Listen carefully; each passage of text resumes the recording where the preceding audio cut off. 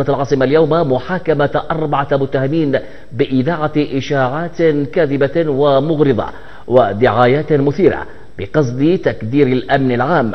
وفي الجلسة التي عقدت برئاسة رئيس المحكمة القاضي يحيى المنصور وحضور عضو النيابة القاضي خالد عمر، تم تلاوة قرار الاتهام وقائمة أدلة الإثبات. وتضمن القرار قيام المتهمين مصطفى محمد أحمد حسن الممري، وأحمد عبد الخالق علي حجر، وأحمد يحيى علي علاو خلال العام الماضي بإذاعة أخبار وبيانات وإشاعات كاذبة ومغرضة ودعايات مثيرة بقصد تكدير الأمن العام وإلحاق الضرر بالمصلحة العامة، وذلك بأن أنشأوا قنوات بأسمائهم في مواقع اليوتيوب وأدوارها من أمانة العاصمة وأذاعوا فيها تلك المواد. كما شمل القرار قيام الممري وحجر وعلاو بتحريض الناس على الفوضى والخروج إلى الشوارع واقتحام الوزارات وشل وظيفتها وعدم الانقياد للقوانين النافذة، بما يؤدي لخدمة العدوان المستمر في حربه وحصاره على اليمن. فيما وجهت للممري تهمة قذف جميع المسؤولين في المؤسسات الحكومية اليمنية، وذلك بأن نشر مقطع فيديو في قناته باليوتيوب يتضمن لفظ القذف. ووجهت النيابة للمتهم الرابع حمود محمد أحمد المصباحي قيامه بمساعدة المتهم الأول في ارتكاب الوقائع السابقة، وذلك بأن قام بتنسيق محتويات الفيديوهات قبل نشرها بصفته مخرجا وسكرتيرا مع المتهم الأول يدير كل أعماله. وطالبت النيابة بالحكم عليهم بأقصى العقوبات المقررة قانونا ومصادرة المضبوطات.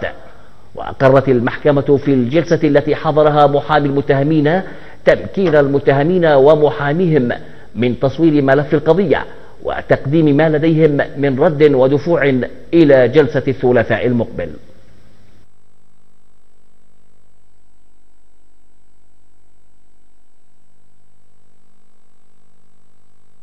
إلى 1/1/2023 بداية اختصاص النيابة والمحكمة الجزائية الابتدائية المتخصصة بالأمانة أذاعوا أخبارا وبيانات وإشاعات كاذبة ومغرضة ودعايات مثيرة بقصد تكدير الأمن العام وإلحاق الضرر بالمصلحة العامة، وذلك بأن أنشأوا قنوات بأسمائهم في موقع اليوتيوب وأداروها من أمانة العاصمة وأذاعوا فيها الأخبار والبيانات والإشاعات الكاذبة والمغرضة والمثيرة وعلى نحو مبين بالأوراق.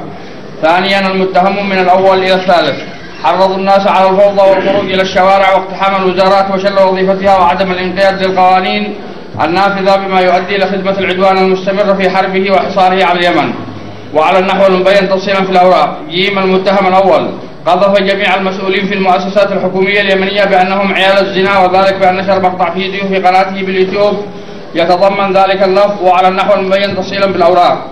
المتهم الرابع قدم مساعدة للمتهم الأول في ارتكاب الوقائع عليه فوبا وجيم، وذلك بأن قام بتنسيق محتويات الفيديوهات قبل نشرها بصفته مخرجا وسكرتيرا مع المتهم الأول يدير كل أعماله وعلى النحو المبين تفصيلا بالأوراق.